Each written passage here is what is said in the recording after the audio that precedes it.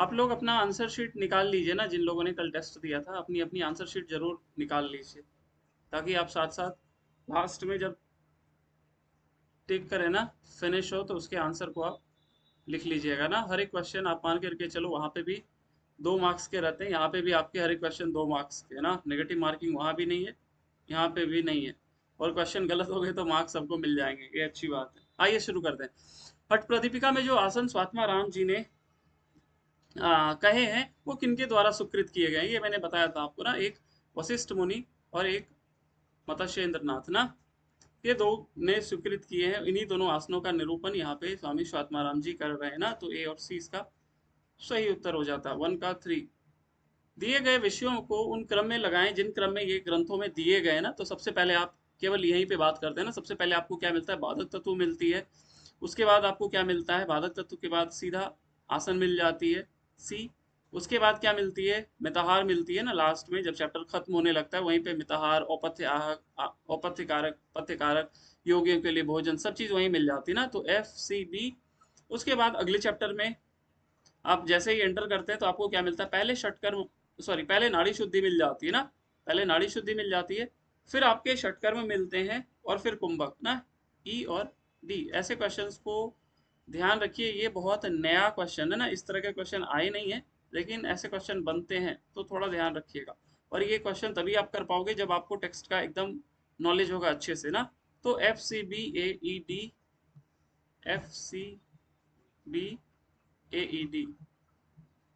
ए E D ना last वाला हो जाएगा, ए ई डी ना, ये हो जाएगा फोर्थ, इसका सही आंसर हो जाएगा ना।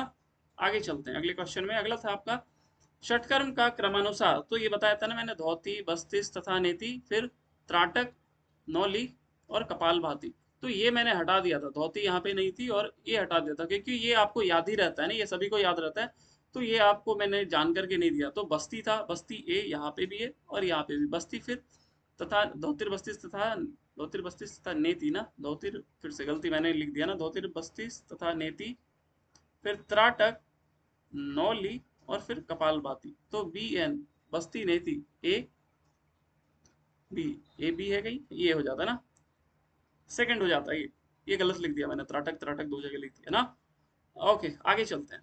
फोर्थ, विष को पचाने में एकमात्र हमने देखा था शीतली, इसके अलावा एक और देखे थे, आज हम लोग रिवाइज करेंगे तो आपको पता चल जाएगा। कुंभक नहीं है, मुद्राओं में देखा था ना। ओके, विष जैसे ही दिखे शीतली समझ जाना आप। ओके, भ्रूमध्य दृष्टि के शासन के लिए एकमात्र सिद्धासन मैंने बताया था ना, सिद्धासन।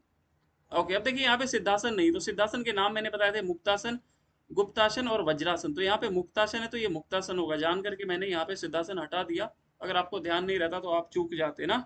और हो सकता है यहाँ पे क्वेश्चन में ऐसे दे देता, भ्रूमध्य दृष्टि की शासन के लिए नहीं बताई गई ना, नहीं दे देता, और उसके बाद इसके सिद्धासन के ही नाम दे देता, मैं क्या देता? गुप्तासन दे देता, मुक्तासन दे देता और वज्रासन दे देता, और फिर पद्मासन दे देता। फिर आप अगेन कंफ्यूज हो जाते हैं, तो ध्यान रखिएगा, इन सब क्वेश्चंस को ऐसे ट्विस्ट किया जा सकता है। उसके बाद मैंने दिया नासागर दृष्टि के शासन के लिए बताई गई, तो एक आप सिंहासन में देखते हो, दूसरा आप पद्मासन में देखते हो ना, दोनों जगह A और B इसका हो जाता सही उत्तर ना। आगे बढ़ते हैं। हट प्रदीपिका के अनुसार वस्त्र धोती ना, ये सारे क्वेश्चन हट प्रदीपिका के हैं, ये अंडरस्टूड हो, कहीं कहीं जैसे यहाँ पे भी लिखना चाहिए था मुझे, बट ये अंडरस्टूड है कि हट प्रदीपिका के ही क्वेश्चन है ना। तो आंसर 15 हाथ चौड़ा, सॉरी 15 हाथ लंबा 4 अंगुल चौड़ा ना। सर्व पाप नाश मैंने बताया था भस्त्रिका प्राणायाम में, जहां पे बताया गया ना आपको पद्मासन में अभ्यास करना है, वहीं पे पद्मासन के लाभ सर्व पाप बताए गए हैं, तो इसको ध्यान रखिएगा। राइट, 9 में चलते हैं। ये 9 में थोड़ा सा गड़बड़ हो गई, ये आप सिद्धा, सॉरी, इसको मिटाइए पहले। क्या बोल दिया गया कि शासन का व्याधि ना, तो व्याधि हम लोग को 2 जगह मिल जाती है, एक आपके भद्रासन में भी मिलते हैं और एक आपके पद्मासन में भी मिलते हैं। ये क्वेश्चन कुछ इस प्रकार इसको बनना था, इसमें ऑप्शन में ऐसे करके देता ना, ये ऑप्शन देना मैं भूल गया, 1 and 2, 2 and 3 ऐसे करके देता मैं ना, 2 and 4 ऐसे करके होता, तो ये दोनों सही है, ध्यान रखिए। तो इसके मार्क्स भी आपको मिल जाएंगे अगर इनमें से, अगर आपने अगर सिद्धासन किए होंगे या सिंहासन किए होंगे, तो आप इसके मार्क्स जरूर काट लीजिएगा खुद से। ओके आगे चलते हैं। क्लास की लिंक मैं ग्रुप पे भेज देता हूँ, फिर कैसे लोग कंफ्यूज हो जाते हैं। सर अंजलि जी बोल रही हैं? हाँ जी सर, मैं ये कह रही सर 6 का 7 8 का क्या आंसर है? 6 का बता दिया ना अभी मैंने। हाँ सर, एक बार बता दीजिए दोबारा। आप लेट से ज्वाइन किए हैं? नहीं सर, वो एक्चुअल में थोड़ा सा बिजी थी। और 7 का? नहीं, ये बाद में देखिएगा ना, इसलिए कहता हूँ टाइम से जुड़िए क्लास में। सबके लिए टाइम वही है ना। दोबारा आप पर्सनली पूछ लीजिएगा अगर आप लेट से जुड़े हैं, ध्यान से। उस दौरान अगर आप पूछते हैं, पहली चीज तो क्वेश्चन करने से पहले आप ये ध्यान रहे कि आप प्रॉपर क्लास करने के लिए बैठे हुए हैं, तभी आपका राइट बनता है कि आप क्वेश्चन कीजिए ना। और अगर अभी क्लास के समय आप व्यस्त हैं तो आप बाद में मुझसे कभी पूछ लेना, क्योंकि अभी पढ़ाना भी है। ये क्वेश्चन तो मैं ऐसे ही डिस्कस कर दे रहा हूँ, क्योंकि सभी को आंसर ज्यादातर पता ही है ना। ओके, आगे क्या बोला गया? गुल्म प्लीह उदरम चौ अपी वात पित्त कफोद भवा। ये तीन कहीं पे भी दिख जाए ना, दो जगह दिखेंगे खास करके, एक आपके भस्त्रिका में दिखते हैं और एक आपके बस्ती में दिखती है। ये बात आप जरूर ध्यान रखना। तीनों वात पित्त कफ, तीनों कहाँ में दिखती है? एक भस्त्रिका में दिखती है और एक बस्ती में दिखती है। तो यहाँ पे पूछा गया क्या? षटकर्म। हालांकि यह लिखा नहीं है, अगर यहाँ पे अभ्यास लिख देता मैंने, लिख दिया होता तो दोनों हो जाते, अगर दोनों ऑप्शन में रहते तो यहाँ पे बस्ती हो जाती ना। आगे चलते हैं। धातु, इंद्रिय, अंतःकरण की प्रसन्नता एकमात्र कौन सा है? बस्ती ना, एकमात्र बस्ती है। आगे बढ़ते हैं। कपाल शोधन, कपाल शोधन अगर हम लोग बात करें कुंभक में और षटकर्म में ना, तो दो जगह देखने को मिलती है। एक कपाल शोधन आपके सूर्य भेदी में दिखती है, और षटकर्म की बात करें कपाल शोधन तो नेति में दिखती है ना, नेति में। ये दोनों जगह, अभी यहाँ पे कुंभक पूछ लिया गया तो आपके सूर्य भेदी हो जाएंगे, क्योंकि अगला क्वेश्चन आपको यही मिलेगा। षटकर्म मिल गया यहाँ, तो ये किससे हो जाएगी? नेति से हो जाएगी। ध्यान रखिएगा। आगे दिव्य दृष्टि एकमात्र नेति बताया गया, त्राटक में नहीं है, ध्यान रखना है आपको ना। त्राटक में तंद्रा रोग केवल बताया गया। कफ रोगों को नष्ट करने वाली कौन नहीं है ना, ये वर्ड बहुत ध्यान से पढ़िए, एग्जाम में ऐसे क्वेश्चन आपको दिखेंगे। हो सकता है बहुत लोग। सर थोड़ा सा धीरे धीरे चलिए, क्योंकि पता नहीं चल रहा है कौन सा आप डिस्कस कर रहे हैं, निकल जा रहा है ना इधर देखने में बार बार कौन सही किया मैंने कौन सा गलत किया है। तो थोड़ा सा स्लो करिए इसको, निकल जा रहा है बार बार, क्योंकि आंसर सारे पता नहीं है एक्चुअली। ओके ठीक है, मैं इसको धीरे कर देता हूँ। हाँ जी सर, हाँ थोड़ा स्लो कर दीजिए सर। हाँ चलिए, कफ थैंक रोगों यू। को नष्ट करने वाली नहीं है, कौन सी नहीं है इसका ध्यान रखना है। देखिए, जब आप धोती के बारे में पढ़ते हैं ना, तो क्या मिलता है? कास, श्वास, प्लीहा, कुष्ठ, कफ रोगांश्च विंसति ना, तो वहां पे कफ रोग बताए गए। बस्ती के लिए आप पढ़ते हो तो अभी मैंने बताया त्रिदोष, वात पित्त कफ, तो यहाँ पे भी कफ मिल जाते हैं। और नेति के बारे में जब आप पढ़ते हो और कपाल भाती के बारे में पढ़ते हो, तो कपाल भाती में वहां पे भी कफ दोष लिखा है, लेकिन नेति के बारे में क्या लिखा हुआ है? तीन बातें लिखी है। एक ऊर्ध्व जत्रु रोग, ये लिखा है। दूसरा क्या लिखा है? दिव्य दृष्टि, दिव्य दृष्टि। और एक चीज और लिखा हुआ वहां पे, कपाल शोधन ना, ऊपर बताया था मैंने। तो ये तीन चीजें लिखी है यहाँ पे, दिव्य दृष्टि लिखी हुई है, लेकिन यहाँ पे कफ दोष नहीं बताया गया ना, तो ये आपके सही उत्तर हो जाते। क्या? आपके नेति ना, ये नेति आपके सही उत्तर हो जाते ना। आगे बढ़ते हैं। ओके, मैंने आपको यहाँ पे दो बातें बताई थी उड्डयन बंद के लिए। उड्डयन बंद से पहले एक मैंने आपको जालंधर बंद बताया था ना। तो जालंधर बंद कब बताया था? पूरकांते, पूरक के अंत में श्वास भर लिया, उसके बाद आपको जालंधर बंद लगाने के लिए मैंने कहा था। लेकिन जब आप उड्डयन बंद की बात करते हो, तो उड्डयन बंद के लिए मैंने दो बातें बताई थी ना।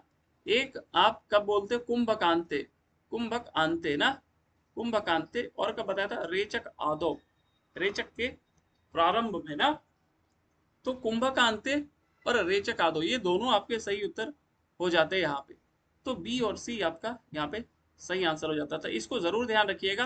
क्यों? क्योंकि जब मैंने पढ़ा था, एक बार फिर मैं बता देता हूँ, कि हम लोग दो जगह इस तरीके के ना, जब आप घेरंड संहिता देखोगे तो आपको अलग चीजें दिखेगी, ये चीजें नहीं दिखेगी। उड्डयन बंद की मैं बात कर रहा हूँ, वहां पे ये नहीं दिखेगा कुंभकांते रेचकादो, थोड़ा डिफरेंट दिखेगा। जब आप योग बीज देखोगे, वहां पे भी बहुत डिफरेंट दिखेगा, ये नहीं दिखेगा। तो इसको याद रखना। मैं अगली बार जब ये टेक्स्ट पढ़ाऊंगा तो दोबारा मैं पूछूंगा हट प्रदीपिका में क्या है, घेरंड संहिता में क्या है, योग बीज में क्या है। तो अभी इस पे ध्यान नहीं दीजिए, बस इस पे ध्यान रखिए कि रेचकादो और कुंभकांते बताया गया है, और पूरा जालंधर बंद के लिए पूरा कांते बताया गया है ना।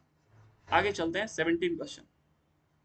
कपाल शोधन अभी मैंने बता दिया, दो जगह कहाँ का, एक सूर्य भेदी और एक नेति। ये दोनों जगह आपके कपाल शोधन मिलती है, कोई सूर्य भेदी ना। आगे चलते हैं अगले क्वेश्चन की ओर। ओके, चिदानंद लीला, ये क्वेश्चन में थोड़ा सा गड़बड़ हो गया था, यहाँ एक और ऑप्शन मुझे देना चाहिए था, भ्रामरी ना, ये भ्रामरी का फल बताया गया है। चिदानंद लीला, चित्त में आनंद की अनुभूति होती है ना, ये भ्रामरी का फल बताया गया, तो थोड़ा सा गड़बड़ हो गया।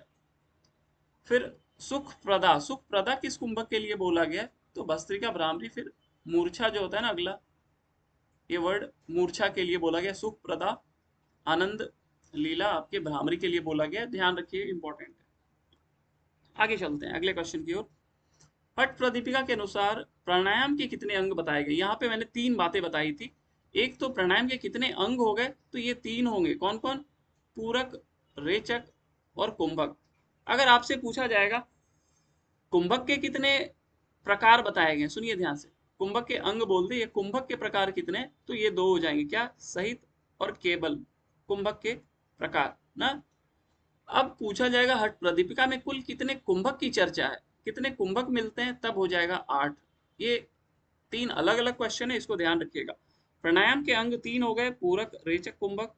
कुंभक के प्रकार हो गए सहित और केवल, और जो हम लोग यहाँ पे पढ़ते हैं ना, सूर्यभेदी, उज्जाई, शीतली, शीतकारी, ये सारे सहित के अंतर्गत आते हैं। तो पूछा जाएगा हठ प्रदीपिका में कितने कुंभक की चर्चा है, तो 8। ये क्लियर है सभी को, ये इंपॉर्टेंट है। आगे बढ़ते हैं।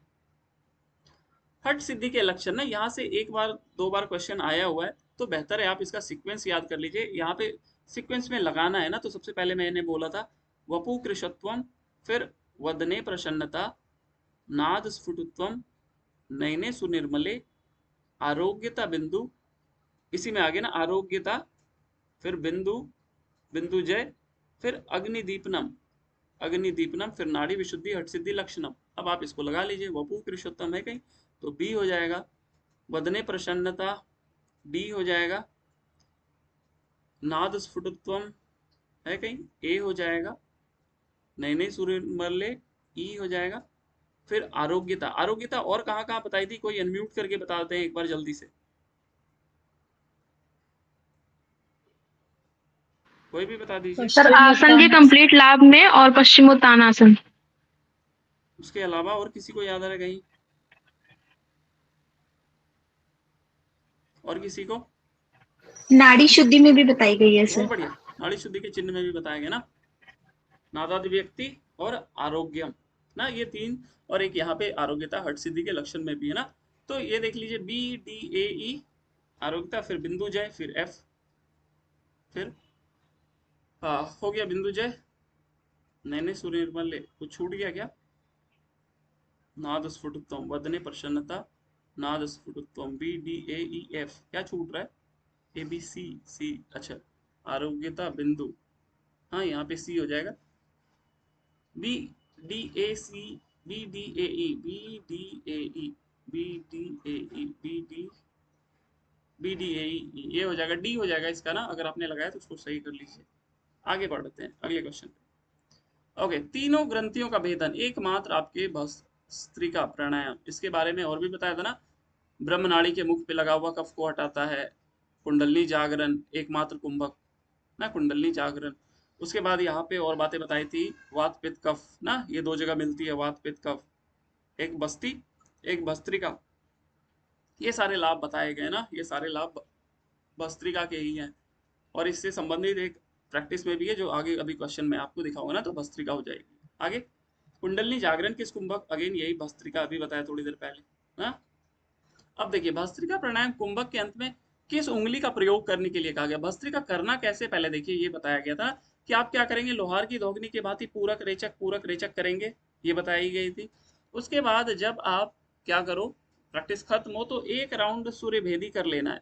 तो सूर्य भेदी जब आपको करना है, सूर्य भेदी मतलब वहां पे लिखा हुआ नहीं है सूर्य भेदी, लेकिन विधि वैसे ही क्या करना है, राइट से इनहेल करके लेफ्ट से एक्सहेल कर लेना है, और उस दौरान किसी 2 उंगली का प्रयोग नहीं करना है। और यहाँ पे क्या लिखा हुआ है, करने के लिए कहा गया है, तो वहां पे क्या लिखा हुआ है, आपको तर्जनी, इंग्लिश में लिख देता हूं, इंडेक्स फिंगर और मिडिल फिंगर, इन दोनों का प्रयोग नहीं करना है ना। तो प्रयोग किसका करेंगे, जो बच गया 3, अंगूठा, अनामिका, रिंग फिंगर को अनामिका बोलते हैं, ये याद रखिएगा, कनिष्ठा स्मॉल, हाँ अंगूठा थंब हो गया, इंडेक्स को तर्जनी बोलते हैं और मिडिल को मध्यमा बोलते हैं ना। तो किसका प्रयोग करने के लिए कहा गया, तो ध्यान रखिए, हो सकता है कुछ लोग ये तर्जनी और मध्यमा भी लगा दिए हो ना।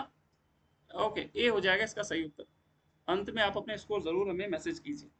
आगे क्या बोला गया ये देखिए ना, ये क्वेश्चन मैं कहूंगा बहुत यूनिक था अपने आप में, शायद आपने पहले पढ़ा भी नहीं होगा इस तरीके से।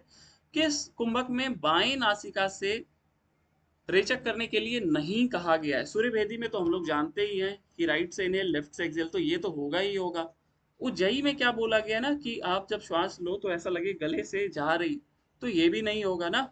आई मीन ये भी होगा ना, यहाँ पे भी बोला गया कि लेफ्ट से इनहेल कर लेना है, मतलब सॉरी, इनहेल तो करना है नासिका से ही, लेकिन एक्सेल कर देना है लेफ्ट से ना। वहां पे इनहेल के लिए नहीं बोला गया, इनहेल तो नॉस्ट्रिल से ही करेंगे, लेकिन एक्सेल आप लेफ्ट नॉस्ट्रिल से जा करके देखिएगा, आपको मिल जाएगा। और भस्त्रिका के लिए अभी मैंने बताया, तो यहाँ पे शीतकारी हो जाएगा ना, इसको ध्यान दीजिएगा। ओके ना, ये इंपॉर्टेंट है, इसको ध्यान रखिए। क्वेश्चन फिर से पढ़ लीजिए, देखिए क्या बोला गया। किस कुंभक के अंत में बाई नासिका से रेचन करने के लिए नहीं कहा गया है ना? इसमें भी करते हैं, इसमें भी करते हैं, और भस्त्रिका में भी करते हैं। Very very important. आगे चलते हैं। ओके, हठ प्रदीपिका के अनुसार इनमें से कौन साधक तत्व है? श्लोक याद नहीं रहेगा, गड़बड़ हो जाइएगा। साधक तत्व के लिए क्या बोला गया? उत्साह, साहस, धैर्य, तत्व ज्ञान ना, तो तत्व ज्ञान ये है। बाकी विद्या, प्राणायाम, मिताहार ये सब कुछ भी नहीं है वहां पे ना। यस, सी, बढ़िया। 27, आसन के लाभ नहीं है ना, तो स्थिरता है, आरोग्यता है, और हल्केपन को ही लघुता बोलते हैं ना, हल्केपन को ही लघुता बोलते हैं। दृढ़ता यहाँ पे आपका सही उत्तर हो जाएगा, क्योंकि दृढ़ता का लाभ पूछा गया, जो गलत है वही सही है ना। आगे चलते हैं।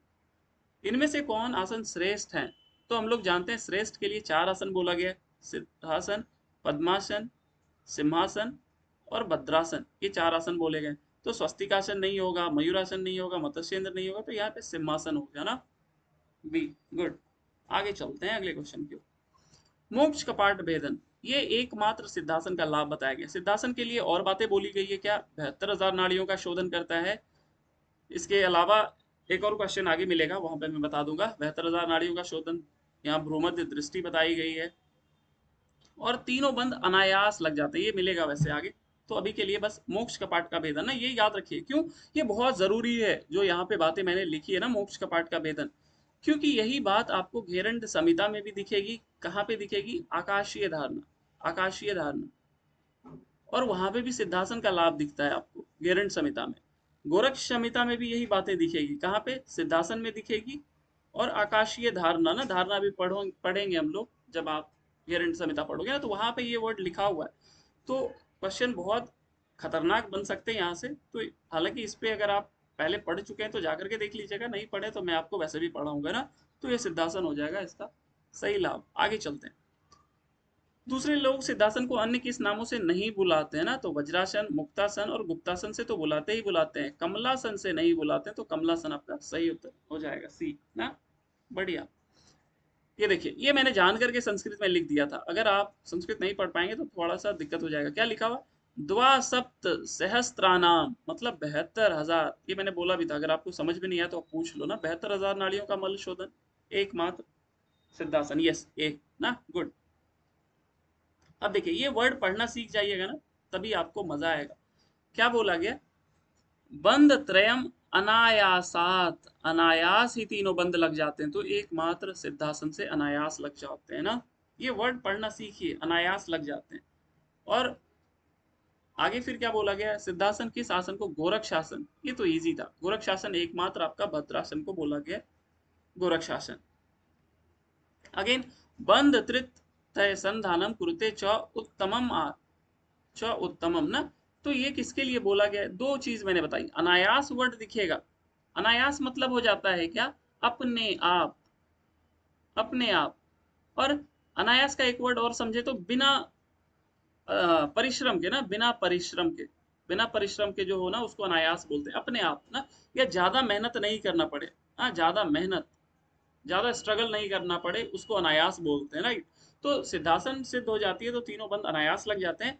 और सिंहासन क्या करता है? ये तीनों बंदों के अभ्यास को सरल बनाता है, इजी बनाता है ना। बंद त्रितय संधानम, ये लिखा हुआ श्लोक है, इसलिए मैंने डायरेक्ट इसको पुट किया है, तो ये याद रखिएगा। बंद त्रितय संधानम कुरुते च उत्तमम ना, ये सिंहासन के लिए बोला गया है। आगे चलते हैं। इनमें से कौन मत्स्येंद्र आसन के लाभ नहीं बताए गए? तो ये आपको पता है कि रोगों को अस्त्र के समान नष्ट करता है, चंद्र मंडल स्थिर होता है, और कुंडलनी जागरण। कुंडलनी जागरण देखिए यहाँ पे भी और भस्त्रिका में भी है, वेरी वेरी इंपॉर्टेंट ना। और आगे मिलेगा तो मैं आपको दिखा दूंगा। लेकिन सर्व व्याधि नाश ऐसा कुछ भी नहीं बताया गया। ये आपको कहाँ मिलता है, अभी मैंने बताया था, एक पद्मासन में, एक भद्रासन में। यस, बढ़िया, राइट, सी हो जाएगा। आगे चलते हैं।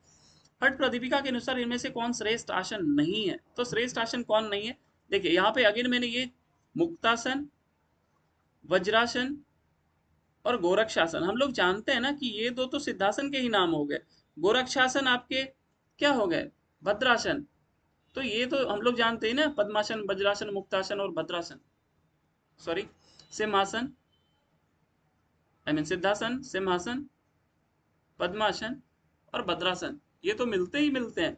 तो इसी का अन्य नाम मैंने लिख दिया मुक्तासन और वज्रासन, ये तो सिद्धासन ही हो गए। गोरक्षासन आपके भद्रासन हो गए। तो सही आंसर क्या हो जाएगा, कमलासन हो जाएगा। यहाँ पे एक ही क्वेश्चन है, मैं अलग अलग तरीके से पूछ रहा हूँ। हो सकता है कुछ लोग यहाँ पे गड़बड़ भी कर दिए होंगे, लेकिन मुझे नहीं लगता। ये आप आराम से लगा सकते हैं, क्योंकि आपने देखा होगा कमलासन करके कुछ तो मिलता नहीं है। आगे बढ़ते हैं अगले क्वेश्चन।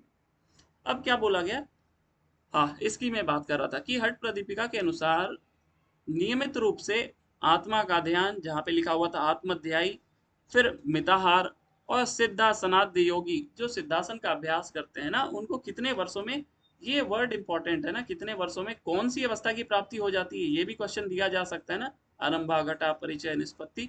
तो ये याद रखिएगा, निष्पत्ति अवस्था की प्राप्ति होती है कितने में, 12 वर्षों में। ये तो मैंने बहुत बार बताया था, तो ये मुझे नहीं लगता ज्यादा लोगों का गलती हुआ होगा। आगे चलते हैं। 38 अगेन यहाँ पे 2-3 वर्ड थे, आप अगर ये समझ जाते, जारियेत कालकूटम तो भी आप बना लेते, जनयति जठराग्नि तो भी आप बना लेते। हाँ, और ये भी ना यहाँ पे वैसे गुलमोद्रादि, ये तो क्वेश्चन मैंने दिखाया ही था ना, गुलमोद्रादि, ये सब कीवर्ड छुपे हुए हैं। तो ये एकमात्र किसका है, मयूरासन का लाभ है ना, एक, बढ़िया ना। जनयति जठराग्नि, ये वर्ड याद रखिएगा। जठर प्रदीप्तम, जठर प्रदीप्तिम ना, जठर प्रदीप्तम ये किसका है, मतस्येंद्रासन, मतस्येंद्रासन। फिर जनयति जठराग्नि ये देख लिया हमने, किसका, मयूरासन। और उदयम जठरानलस्य, उदयम जठरानलस्य ये है पश्चिमोत्तानासन का ना। थोड़ा थोड़ा वर्ड याद रखिएगा। Yes, good. आगे चलते हैं। Choose the correct statement according हठ प्रदीपिका ना। तो पथ्य आहार की चर्चा दूसरे उपदेश में मिलती नहीं, ये तो हमें पहले में ही मिल जाती है। और नवनीत सीता मधु ये पथ्य आहार है ना, ये तो बिल्कुल ठीक है ना। नवनीत सीता गोधूम साली अवशिष्टिक शोभनानम, हाँ नवनीत सीता मधुनी ये पथ्य कारक ही आहार है। तो यहाँ पे 2 ओनली ना, ओनली 2 करेक्ट हो जाएगा। आगे क्या बोला गया, नाड़ी शुद्धि, ये तो मैंने बताया एकमात्र आपके वध पद्मासन। पूछेगा भस्त्रिका प्राणायाम किस में करना है, तो पद्मासन ना, पद्मासन सी हो जाएगा। अब उज्जयी प्राणायाम के लाभ नहीं पूछा गया ना, तो उज्जयी प्राणायाम के लाभ क्या नहीं है, कफ दोष दूर करता है, बिल्कुल करता है ना। कट जन कफ, कंठ जन कफ दोष ये रोगों को नाश करता है। और जठराग्नि भी प्रदीप्त करती है, लेकिन ये वात रोगों को दूर नहीं करता है ना, वात रोग को दूर नहीं करता है, इसलिए आपके वात रोग को दूर हो जाएगा। बी सही उत्तर ना। आगे चलते हैं। शीतली प्राणायाम के लाभ नहीं है। शीतली प्राणायाम के लिए मैंने बताया था ना एक बात, देखिए यहाँ पे एक वर्ड है कामदेव, कामदेव मैंने बताया था शीतकारी में था ना, शीतकारी। इसके अलावा ये क्या करता है, पित्त रोग को भी दूर करता है, गुल्म, प्लीहा, ज्वर, पित्त, क्षुधा, तृषा ये सब। और विष के प्रभाव ना, ये तो अभी बताया ही था, विष के प्रभाव। तो जो आपका सही उत्तर हो जाएगा, ये क्या हो जाएगा, कामदेव के समान हो जाता है ना, ये गलत है। पूछा गया लाभ नहीं है ना, तो कामदेव के समान, ये शीतकारी का लाभ है। आगे चलते हैं अगले क्वेश्चन में। भस्त्रिका प्राणायाम से संबंधित क्या सही है, तो क्या सही है, सिद्धासन में बैठकर अभ्यास करना है, नहीं ये तो बिल्कुल नहीं है, ये तो पद्मासन में करना है। अभी मैंने बताया जब शरीर थकान हो जाए तो साधक को दाएं नाक से पूरक करना चाहिए ना, हाँ पूरक करना चाहिए। और बाएं से छोड़ना है ना, बाएं से छोड़ना है, बाएं से छोड़ना है, छोड़ना, तो ये बिल्कुल ठीक है। से 2 ओनली ना, लिखा किसी ने, यस क्या लिखे इन्होंने, कुछ मैसेज किया, गलत, हाँ गलत हो गया नहीं, बाकी लोग मैच कर रहे हैं या नहीं। ओके आगे चलते हैं। भस्त्रिका प्राणायाम के लाभ नहीं है ना, वात रोग, कफ रोग, पित्त रोग तो बताया ही, साथ साथ कुंडलनी जागरण, कपाल शोधन नहीं होगा ना, कपाल शोधन नहीं होगा। कपाल शोधन के मैंने दो बातें बता दी। क्या क्या बता दी? एक आपके नेति हो गए कपाल शोधन, एक आपके सूर्य भेदी हो गए। हाँ, ऊपर भी मिला था ये क्वेश्चन, दोनों क्वेश्चन मिले थे ऊपर पे। आगे चलते हैं। षटकर्म पूछेगा तो नेति, कुंभक पूछेगा सूर्य भेदी। आगे बढ़ते। मत्स्येंद्र आसन का लाभ है। लाभ है क्या क्या? जठर प्रदीप्ति, ये बिल्कुल है। चंद्र स्थिरोत्तम, ये भी है।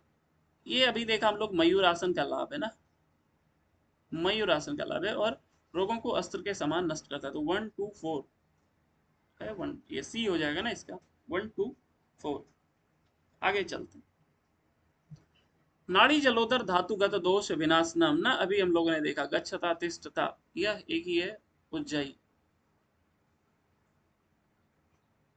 आगे चलते हैं।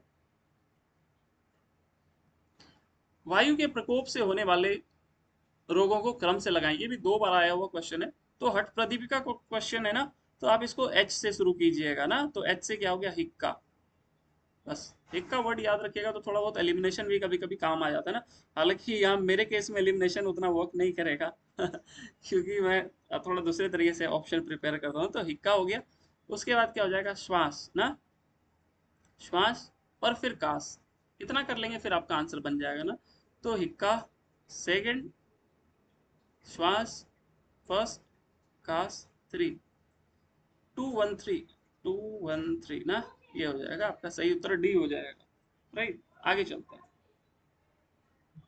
हठ प्रदीपिका के अनुसार भगवान शिव ने कितने आसन? एकमात्र 84 आसन बताए है ना। ये जरूर याद रखिएगा, ये क्वेश्चन कंफ्यूज करेगा। अगर आपको ऑप्शन में खास करके ऐसे दिखे 15 4 1 84 लाख, तो कंफ्यूज करेंगे ना। वहां प्रॉपर चतुर्थी थी ना, 84 आसन।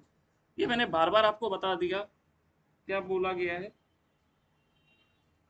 दृढ़ता और लघुता ना, दृढ़ता और लघुता आती है जब आप प्राणायाम के शरीर पर पसीने को मर्दन कर देना, तो 2 और 3 हो जाएगा। स्थिरता नहीं आती। स्थिरता तो आसन का कंप्लीट लाभ बता दिया गया है ना, स्थैर्यम आरोग्यम लाघवम ना। ओके, ये प्रीवियस ईयर क्वेश्चन ही है। क्या बोला गया है? ब्रह्मचारी, मिताहारी, त्यागी और योग परायण ना, इनको 1 महीने सॉरी 1 साल या उससे कुछ अधिक समय में क्या मिल जाती है? सिद्धि मिल जाती है ना। ये इजी क्वेश्चन था, ये प्रीवियस ईयर था, और ये आप पहले भी पढ़े ही होंगे, मैं उम्मीद करता हूँ। आगे चलते हैं अगले क्वेश्चन की। हठ प्रदीपिका के अनुसार अपथ्य भोजन है कौन कौन से? पहले तो पथ्य कारक अगर देखें तो मूंग, ये मूंग हो गया ना, और साठी चावल, ये क्या हो गया? पथ्य। तो बच गए क्या? सरसप और शौवीर। तो 1 और 4 आपके हो जाएंगे ना, सी हो जाएगा आपका सही उत्तर। आगे चलते हैं अगले क्वेश्चन की ओर। अगला क्वेश्चन है, किसके अभ्यास से साधक शरीर पर पूर्ण नियंत्रण पा लेता है, सभी प्रकार के उपद्रवों से बचा रहता है और भूमि मंडल पर एक विख्यात योगी हो जाता है ना, यह एकमात्र शीतकारी का है। इसके अलावा योगिनी चक्र सम्मान्य, सृष्टि संहार करता, राइट, ये सारे वर्ड लिखे हुए ना, ध्यान रखिएगा। अगले क्वेश्चन की ओर चलते हैं। योगियों के लिए भोजन का क्रम क्या है? पुष्टम, सुमधुरम, स्निग्धम, इंग्लिश में लिख देता हूँ ना, स्निग्धम, पुष्टम सुमधुरम स्निग्धम, गव्यम, धातु प्रपोषणम और मनोबिलसितम ना। पुष्टम सुमधुरम स्निग्धम गव्यम धातु प्रपोषणम मनोबिलसितम है क्या? कितने हैं? देखिए ये है तो 6, लेकिन यहाँ पे 4 ही था, इसलिए मैंने, आप देखोगे ना, ये स्टार्टिंग वाला मैं हटा ही देता हूँ क्योंकि आपको ज्यादातर ये, अच्छा यहाँ पे है वैसे ना पुष्टम, तो 3 से शुरू होगा, तो 2 यहाँ पे ना, पुष्टम सुमधुरम, सुमधुरम नहीं है, स्निग्धम, तो 2 के बाद 1, बी हो जाएगा आपका यहाँ पे ना, सही उत्तर बी हो जाएगा। आगे चलते हैं अगले क्वेश्चन की ओर। ये क्रम याद रखिएगा ना, पुष्टम सुमधुरम स्निग्धम कव्यम धातु प्रपोषणम मनोबिलसितम, ये आया हुआ क्वेश्चन है। कुटिया का स्थान देखते हैं, ये पता नहीं कितने लोगों का सही हुआ होगा, अगर आप ध्यान से देखे होंगे तो यहाँ पे क्या मैंने लिखा था, देखिए, एक तो उच्च नीचायतम, ये क्या है? 9 अति उच्च, ये तो मैंने रिवीजन के समय में भी कल बताया था ना, कि ना ही ज्यादा ऊंचा और ना ही ज्यादा नीचा होना चाहिए, तो ये तो गलत हो गया। फिर यहाँ पे क्या लिखा हुआ है, देखिए, बाह्य मंडप, मंडप तो बोला गया है, वेदी, वेदी भी बोला गया, शिला है क्या? नहीं, शिला नहीं है, शिला अग्नि जल वर्जित है ना, तो ये तो नहीं होना चाहिए। रुचितरम, रुचिरम, ये तो घेरा हुआ होना चाहिए, तो ये गलत हो जाएगा। क्यों? क्योंकि यहाँ पे शिला छुपा हुआ था, पता नहीं कितने लोगों ने देखा, या नहीं देखा ना। फिर क्या बोला, सम्यक गोमय जी सांद्र सर, कूप होगा वहाँ पे। निवेदिता जी दिखा था आपको ये? जी सर, कूप होगा वहाँ पे शिला की जगह। अच्छा, दिख गया हम्म, था, पता नहीं, हम्म, मैंने आपके लिए जी सर। बनाया। दिख ओके, गया था सर। चलिए बढ़िया। आगे फिर क्या लिखा हुआ है, सम्यक गोमय सांद्र लिप्त मलम ना, गाय के गोबर से लिखा हुआ, तो ये तो बिल्कुल ठीक है।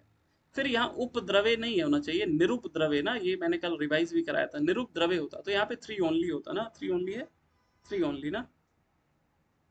ओके, आगे चलते हैं। कुछ लोग इसमें मुझे लगता है 2 3 भी लगाए होंगे क्या? हाँ, 2 3 ऑप्शन में भी है। ओके, आगे चलते हैं। बाधक तत्व नहीं है, ध्यान से, ये नहीं को आप अभी से पढ़ने का आदत डाल लीजिए। अक्सर क्या होता है, बाधक तत्व दिखा कि नहीं आप खोजने लग जाओगे यहाँ पे ना।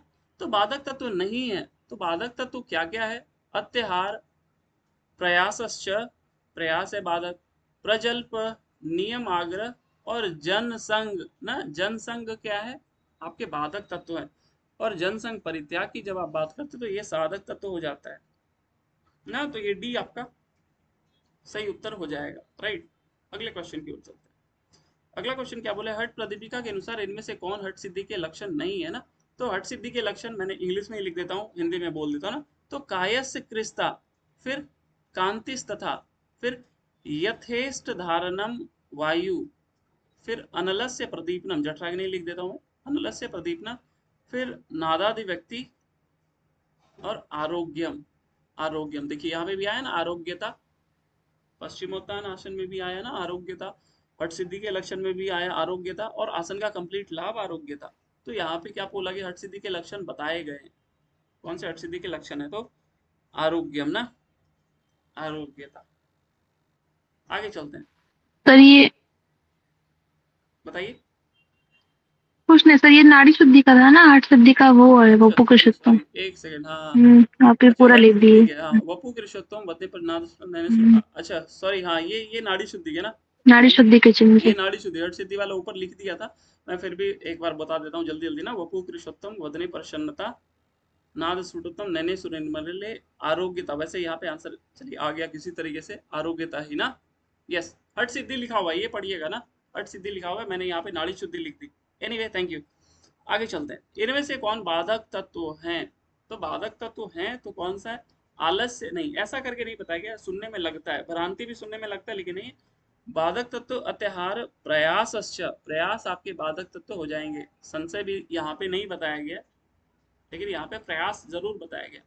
योगिनी चक्र सम्मान्य एकमात्र और सृष्टि कारक, न क्षुधा न तृषा नैव, न क्षुधा न तृषा निद्रा नैव आलस्य प्रजायते ना, एकमात्र शीतकारी का फल है ना।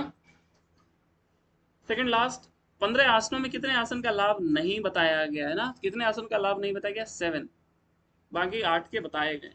पद्मासन में बैठ करके किस अभ्यास को करने के लिए कहा गया, एकमात्र भस्त्रिका।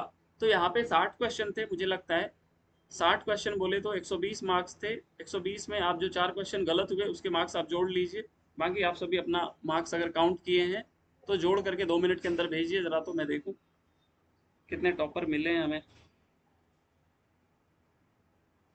तो इसी इनबॉक्स में सुनिए। हाँ, इसी इनबॉक्स में भेज दीजिए यहीं पे, फटाफट से, मैं जरा इसको भी रिकॉर्ड कर लेता हूँ। यहीं पे मैसेज कर दीजिए ना, मिला तो रहे होंगे आप लोग साथ में मुझे लगता है, अपन तो गिना नहीं। कोई बात नहीं, आप टेस्ट में नहीं थे। 41 आंसर ठीक है, बहुत बढ़िया। 59 गुड, 53 बढ़िया पूजा जी। और बाकी लोग नहीं मिलाए। सर मिल मेघा जी 56, हाँ, मेरा भी 56 गुड। बाकी लोग, ज्योति जी आप तो थे क्लास में, अंशु जी आपका नहीं आया, अनुपम सर जी। शुरू का 20 क्वेश्चन छूट गया था नाइट अटेंडेंस में। किस चीज में छूट गया था, अभी या कल? नाइट अटेंडेंस हो रही थी ना हमारी, ओके, तो कोई शुरू बात का नहीं। वाला 20 छूट गया। ओके ओके ओके, 35 35 56 बढ़िया, ठीक है ना।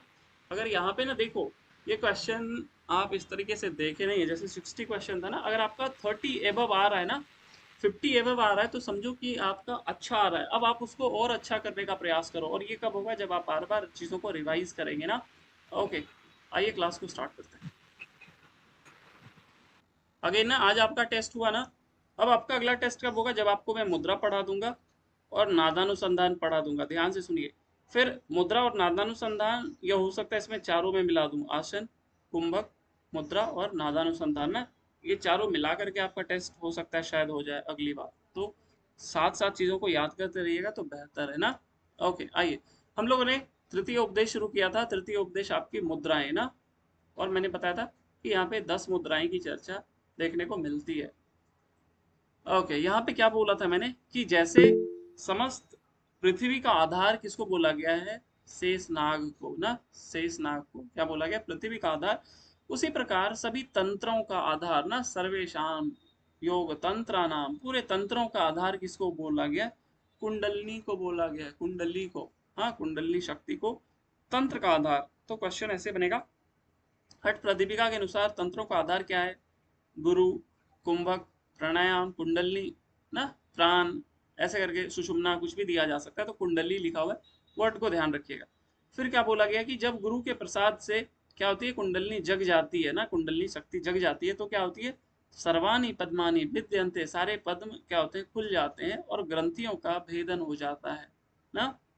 फिर आगे बोला गया, प्राणस शून्य पदवी तदा राज्य पथे, और जब पद्म खुल जाते हैं, ग्रंथियां खुल जाती हैं, तो फिर क्या हो जाता है, सुषुम्ना जो होता है ना कुंडली के लिए राज्य पथ हो जाता है, एनएच हो जाता है, एकदम आराम से, अब आराम से वो कुंडली मूव करती हुई चली जाएगी, राइट। फिर हम लोगों ने देखा था ये पर्यायवाची, वेरी वेरी इंपॉर्टेंट, यहाँ से मैं दूंगा आपको जरूर क्वेश्चन, इनमें से सुषुम्ना की पर्यायवाची कौन है या कौन सी नहीं बताई गई है हठ प्रदीपिका में, ध्यान से रखिएगा इसको। क्या क्या है, सुषुम्ना, शून्य पदवी, ब्रह्मरंध्र, महापथ, श्मशान, सांभवी, मध्य मार्ग, ये 7 पर्यायवाची कितने हैं, तो ये भी याद रखना है 7 कौन कौन से हैं और कौन कौन से नहीं है। और जो जो क्वेश्चन गलत हुआ जाकर के उस वीडियो को जरूर देखिएगा ना, उस वीडियो को जरूर देखिएगा, अभी क्लास के बाद या कल सुबह में ये आपको अगेन मिल जाएगा, वो ना प्रीमियर हो जाएगा सुबह 7 या 8 बजे तक। ओके, आगे फिर क्या बोला गया, तस्मात सर्व प्रयत्न न, हाँ, फिर ये सारे जो प्रयत्न किए आपने, आसन किया, कुंभक किया, इससे क्या हुई, प्रबोधही तुम ईश्वरी ना, ये कुंडली ईश्वरी कुंडली का ही नाम है, और प्रबोधही मतलब जगना। तो ये जब कुंडली जग गई ये सारे प्रयास करके, फिर क्या हुआ, ब्रह्म द्वार मुखे सुप्ता मुद्राभ्याख्यम समाचरित ना, तो ये क्या बोला गया कि सारे प्रयत्न से, तस्मात सर्व प्रयत्न न, ये पूरे प्रयत्न से क्या करना है, आपको मुद्राओं का अभ्यास करना है ताकि ये कुंडली जग जाए ना। अब यहाँ से मुद्रा की बात शुरू होती है, तो 10 मुद्राएं, महामुद्रा, महाबंध, महावेद, खेचरी, उड्डयन, मूलबंध, जालंधर, फिर विपरीत करनी, वज्रोली और शक्ति चालिनी। 10 मुद्राओं को सीक्वेंस में ही याद करें तो ज्यादा बेहतर है ना, ज्यादा बेहतर है। ओके, आगे फिर क्या बोला गया, ये मुद्राएं के लाभ कुछ बताए गए, मोटा मोटी लाभ, जैसे आसन का लाभ आपने देखा था ना, स्थैर्यम, आरोग्यम और लाघवम, ये 3 लाभ देखा था। इसी प्रकार यहाँ पे जरा मरण नाशनम, ये वैसे उतना इंपॉर्टेंट नहीं है जितना ये है ना। यहाँ पे क्या बोला गया, जरा मरण नाश करता है, दिव्य अष्टम ऐश्वर्य प्रदायकम ना, दिव्य ऐश्वर्य 8 सिद्धि जो हम लोग पढ़ते हैं ना, वो ये देने में सक्षम है ना आपकी मुद्राएं। ये सारे हम लोग ने कर लिया था। रत्न कंडरम, मुद्राओं को क्या बोला गया, सोने की पिटारी के समान, सॉरी, रत्न की पिटारी। उसी तरीके से एक वर्ड था ना, हाट कपेटकम, हाट कपेटकम त्राटक के लिए यूज किया गया था ना, और रत्न कंडरम आपके कंप्लीट मुद्राओं के लिए बोला गया, किसी स्पेसिफिक मुद्रा के लिए नहीं, मुद्राओं के लिए बोला गया, लेकिन हाट कपेटकम पूरा का पूरा त्राटक के लिए ही बोला गया था। हाँ, रत्न की पिटारी के समान इसको गोपनीय रखने के लिए कहा गया है। इसकी विधि हम लोगों ने थोड़ी बहुत डिस्कस की थी, लेकिन ज्यादातर विधि हम लोग प्रैक्टिकल क्लास में देखेंगे। एक पैर खुला हुआ है, एक पैर सीवनी नाड़ी के पास है ना, जेनिटल और एनस के बीच में एक पांव की एड़ी को मोड़ करके रखा हुआ है, दूसरी पांव को सामने खोल के रखा हुआ है, और दोनों हाथ से ना, कराभ्याम, दोनों हाथ से क्या करना है, जो सामने पैर खुला हुआ है उसको पकड़ना है, और फिर क्या करना है, यहाँ पे कंठे बंधम, जालंधर बंद भी लगाने के लिए कहा गया है। तो ये सारी चीजें आपको प्रैक्टिस करनी है, और जालंधर बंद लगा करके क्या करना है, वायु को ऊपर ले जा करके कुंभक करना है, मतलब एक तरीके से मूल बंद लगाने के लिए कहा गया है। और अब इसका लाभ एक तरीके से क्या बोला कि जैसे डंडे से क्या होता है, सांप दंडाकार हो जाता है ना, दंडाकार मतलब डंडे के आकार का, और डंडा कैसा रहता है, सीधा रहता है। तो दंड के हाथ से ना, दंड हतर, दंड के मार खा करके सांप क्या होता है, डंडे के आकार हो जाता है। उसी प्रकार शक्ति कुंडलनी महामुद्रा के अभ्यास से एकदम सहसा जग जाती है। आगे फिर क्या बोला गया, और जब ये जगती है ना तो मरना अवस्था जायते द्विपुटम, तो ईड़ा पिंगला के जो कार्य कर रहे थे वो समाप्त हो जाती है, केवल और केवल सुषुम्ना में प्राण का प्रवाह होता है उस दौरान ना, मतलब केवल कुंभक की स्थिति हो जाती है उस समय। फिर आगे क्या बोला गया, जब आप स्टार्टिंग में ना जालंधर बंद लगाए थे यहाँ पे, और जालंधर बंद कब लगाने के लिए बोला गया था, पूरक का अंत, पूरक के अंत में। अब जब आपकी ये प्रैक्टिस हो जाए फिर क्या करोगे, तथा स्नय स्नय रे चाहिए तू वेगता, फिर धीरे धीरे क्या करोगे, उसका रेचन कर दोगे, जो आपने जालंधर बंद लगा करके रखा था, पूरक करके रखा था, अब उसको रेचक कर देना है, और यही महामुद्रा है। तो ये विधि हो गई, उसके थोड़े लाभ हो गए, लेकिन यहाँ से जो लाभ शुरू होता है, यहाँ से क्वेश्चन आते हैं। यहाँ से क्वेश्चन आते हैं, क्या बोला गया, एक तो महाक्लेश को दूर करता है, ये बात एकदम याद रखिएगा, ये वर्ड जो है ना बहुत यूनिक है। जैसे अभी आपने ऊपर देखा था ना, रोगों को अस्त्र के समान नष्ट करता है, कुंडलनी जागरण करता है, उसी प्रकार ये महाक्लेश जो है ना, ये बहुत स्पेसिफिक वर्ड है, पूरे मुद्राओं में यहीं पे आपको दिखते हैं। आगे फिर क्या बोला गया कि जब आप एक तरफ से कर लो तो दूसरी तरफ से कर लेना है इसको, पहले बाएं पैर को मोड़ करके रखे थे, दाएं पैर सीधा था, अब दाएं पैर को सीधा कर लो, बाएं पैर को मोड़ करके रख लीजिए ना। ओके, आगे फिर क्या बोला गया है, हाँ, फिर आगे क्या बोला गया, ये पथ्य कारक, आई मीन औपथ्य को भी क्या करता है, पथ्य बना देता है, और उसको भी सहज पचा लेता है ना, जो औपथ्य कारक भोजन आपने किया सहज पचा लेता है। और एक विष की जो मैं उस समय बात कर रहा था ना, पीयूषमिव जीर्यति, और ये विष के समान भी अगर आप विषाक्त भोजन भी कर लेते हैं ना, तो उसको भी ये नष्ट कर देता है महामुद्रा, कि महामुद्रा उस विष को भी नष्ट कर देता है ना। तो दो जगह आपको विष मिल गए, एक आपकी शीतली में मिल गई, एक आपकी महामुद्रा में, महामुद्रा, और एक आपके मयूरासन में आप जो देखते हैं ना, जारियेत कालकूटम, उसको भी याद रखिएगा, जारियेत कालकूटम ना, वो भी विष के समान ही बोला गया है, ठीक है ना। तो ये तीन अभ्यास जरूर याद रखिएगा। हाँ, अब ये इसके कंप्लीट लाभ हैं, जैसे आपने नाड़ी जलोदर धातुगत दोष विनाशनम देखा, आपने काश्वास प्लीहा कुष्ठ कफ रोगांश विंसति देखा, उसी प्रकार यहाँ पे क्या बोला गया, क्षय कुष्ठ गुदावर्त गुल्म अजीर्ण पुरोगमा, ये क्या करता है, क्षय, क्षय करता है। इसको एक तरीके से दो बातें एक आती है, एक यहाँ पे इसको टीपी भी बोल देते ना, ट्यूबरक्यूलोसिस, टीबी बोल देते हैं, ये तपेदिक। तो क्षय कुष्ठ स्किन रोगों को, गुदावर्त जो भी आपको एनस से संबंधित समस्याएं, रेक्टम से संबंधित ना, फिर गुल्म पेट से संबंधित अगर आपके कोई दिक्कत है, अजीर्ण पुराने रोगों को, या किसी भी प्रकार के जो रीजन होते हैं ना, और कोई कारण जिसकी वजह से ये सारे रोग उत्पन्न होते हैं, ये सभी को नष्ट कर देता है। तो ये डायरेक्ट आपको क्वेश्चन दिया जाएगा, क्या बोलेगा, क्षय कुष्ठ गुदावर्त गुल्म अजीर्ण पुरोगमा, किसका लाभ बताया गया, महामुद्रा, महाबंध, महावेद, मूलबंध। तो ये याद रखिएगा, ये आपके महाबंध, सॉरी, महामुद्रा के लाभ बताए गए हैं ना, ये मैं आपसे जरूर पूछूंगा, इसलिए मैं आपको पहले ही बता दे रहा हूँ। ओके, ये महान सिद्धि देने वाली है, ये हम लोगों ने पढ़ लिया था। आइए महाबंध को शुरू करते हैं, ज्यादा टाइम बचा नहीं है, तो दो महाबंध और महावेद खत्म कर लेंगे आज हम लोग ना। या देखते हैं, थोड़ा गड़बड़ हो जाएगा तो महाबंध में ही आज रुक जाएंगे। क्या बोला गया महाबंध के लिए, आइए पहले की बोला गया, पार्णिम वामस्य पादस्य योनि स्थाने नियोजयेत, ये मैंने बताया था ना कि ये क्या करना है, बाएं पांव ना, पार्णिम वामस्य पादस्य, तो वाम मतलब बताया बाएं पैर की क्या करना है, एड़ी को योनि स्थान में लगाना है। यही बातें आप महामुद्रा में भी आपने किया था, लेकिन वहां पे क्या था, एक पांव को लगाए थे और दूसरा पांव खुला हुआ था। यहाँ पे क्या करना है, एक पांव को योनि स्थान में लगाना है और दूसरे पांव को वामोरूपरी संस्थाप्य, तो वामो ऊपरी मतलब बाएं पैर जो मुड़ा हुआ है उसके ऊपर क्या करना है, संस्थाप्य रख लेना है। किसको रख लेना है, दक्षिणम चरणम, तथा दाएं पैर के चरण को, दाएं पैर को मोड़ करके रख लेना है, राइट। उसके बाद फिर क्या बोला, पूरी त्वा ततो वायु हृदय चिबुकम दृढ़म, यहाँ पे भी क्या करना है, आपको जालंधर बंद लगाना है। किसमें, महाबंध में, महामुद्रा में भी जालंधर बंद लगा, महाबंध में भी जालंधर बंद लग रहा है, ध्यान रखिएगा। फिर क्या बोला गया, निष्पीड्य योनिम आकुंच्य मनोमध्य नियोजयित। उसके बाद फिर आपको योनि का आकुंचन करना है, मतलब मूल बंध लगाना है। और यही बातें आप महाबंध में याद रखिएगा। क्या हुआ, ऊपर जालंधर बंध भी लगा और नीचे में इनडायरेक्टली बोल रहा है ना, योनि का आकुंचन करना है मतलब मूल बंध ही हो गया, तो इनडायरेक्टली बोला जा रहा है मूल बंध भी आपको लगाना है। और हम लोग जानते हैं आज के समय पे महाबंध अगर आप किसी को कराते हैं तो महाबंध में तीनों बंध लगाते हैं। तो क्वेश्चन एक ऐसे भी बन सकता है, अष्टप्रदीपिका में महाबंध के दौरान किस बंध को लगाने के लिए नहीं कहा गया, तो उड्डयन बंध को लगाने के लिए नहीं कहा, जो कि आज के समय में हम लोग लगवाते हैं ना अपने। अब किसी को अगर सिखाते हैं योगा तो आप बोलते हो ना कि उड्डयन बंध भी लगाइए महाबंध में ना, तो ये ध्यान रखना। अब आगे क्या बोला गया है, तो पहले क्या कर लिया आपने, पूरक आई मीन जालंधर बंध लगा लिया था ना, पूरक के मतलब पूरक कर लिए थे और वो जालंधर बंध लगा लिया था। तो वही बोला कि धारयित्वा यथाशक्ति ना, जो आपने पहले पूरक किया उसको क्या करना है, यथाशक्ति कुंभ करके रखना है। फिर रेचयेद अनिलम सनय, उस वायु को धीरे धीरे क्या करना है, रेचक कर देना है। और स्वांगे तु समभ्यस्य दक्षांगे पुनरभ्यसित, और जैसे आपने महामुद्रा में एक तरफ से किया था फिर उस प्रैक्टिस को दूसरी तरफ से भी किया था ना, उसी प्रकार वही बातें यहाँ पे बोला गया कि जब आप एक तरफ से कर लो तो इसी अभ्यास को दूसरी ओर से भी करना चाहिए।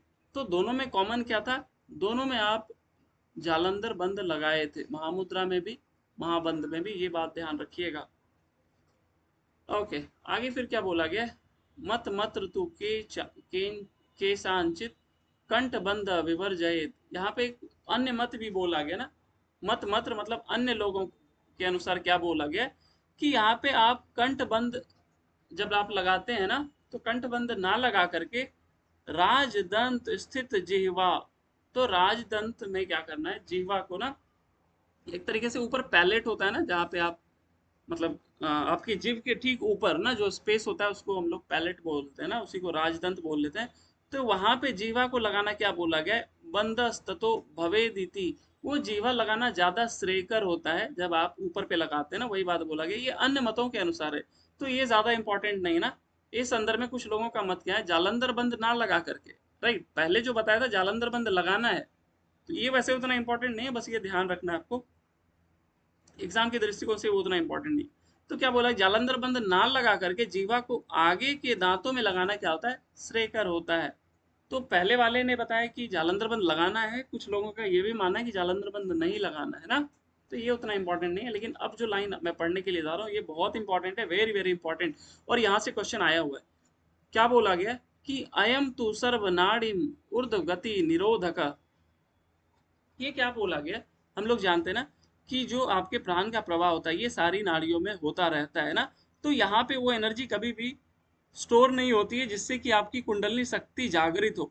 लेकिन जब आप क्या करते हैं, प्रत्याहार करते हैं, जब आप क्या करते हैं, मूल बंद करते हैं, जब आप क्या करते हो, केवल कुंभक करते हो, तो ये जो प्राण अन्य नाड़ियों में बह रही थी ये आकर के कहाँ एकत्रित होती है, उस कंद में, राइट, उस कंद में आकर के एकत्रित होती है। और जब इतनी एनर्जी यहाँ पे डिपॉजिट हो जाए तब जाकर के यह कुंडलनी शक्ति जागृत होती है ना। इसलिए क्या होता है कि हम लोग केवल कुंभक पे जोर इसलिए देते हैं क्योंकि प्राण का प्रवाह इधर उधर ना हो, प्राण का प्रवाह केवल सुषुम्ना में हो, तब जाकर के कुंडलनी उसमें गमन कर पाएगी। इसलिए प्रत्याहार जो हम लोग करते हैं, प्रत्याहार कहीं पे भी देखें आप, भगवत गीता में देखें या वशिष्ठ संहिता में देखें ना, तो वशिष्ठ संहिता में जब आप देखोगे तो क्या बोला गया कि प्राणों को अंगों से खींच करके वापिस लाना, तो खींच करके लाना कहाँ पे, उसी कंद में जहाँ से नाड़ियां निकली हुई है ना, उसी में वापस लाएंगे। तो जब हम लोग जानते हैं ना कि हम लोग जैसे इलेक्ट्रिसिटी प्रोड्यूस होती है ना, इलेक्ट्रिसिटी कैसे प्रोड्यूस होती है कि पानी को इतने फोर्स से गिराया जाता है उस डायनमो पे, तो उतनी तेज से वो घूमती है तब जाकर के बिजली बनती है ना, आपने स्वदेश मूवी में देखा होगा। अगर वो डायनमो उतनी तेजी से नहीं घूमेगा तो कभी भी इलेक्ट्रिसिटी जनरेट नहीं होगी। इसलिए यहाँ पे इस कुंडलनी को जागृत करने के लिए उतनी एनर्जी यहाँ पे पहले मौजूद होगी, तभी तो आपकी कुंडलनी जागृत होगी। आपकी एनर्जी कहाँ जाती है, आपके चंचलता में जाती है, आपकी एनर्जी वासनाओं में जाती है, आपकी एनर्जी आपकी इंद्रियों में जाती रहती है ना। लेकिन जब आप इन सारी चीजों से विमुक्त हो जाते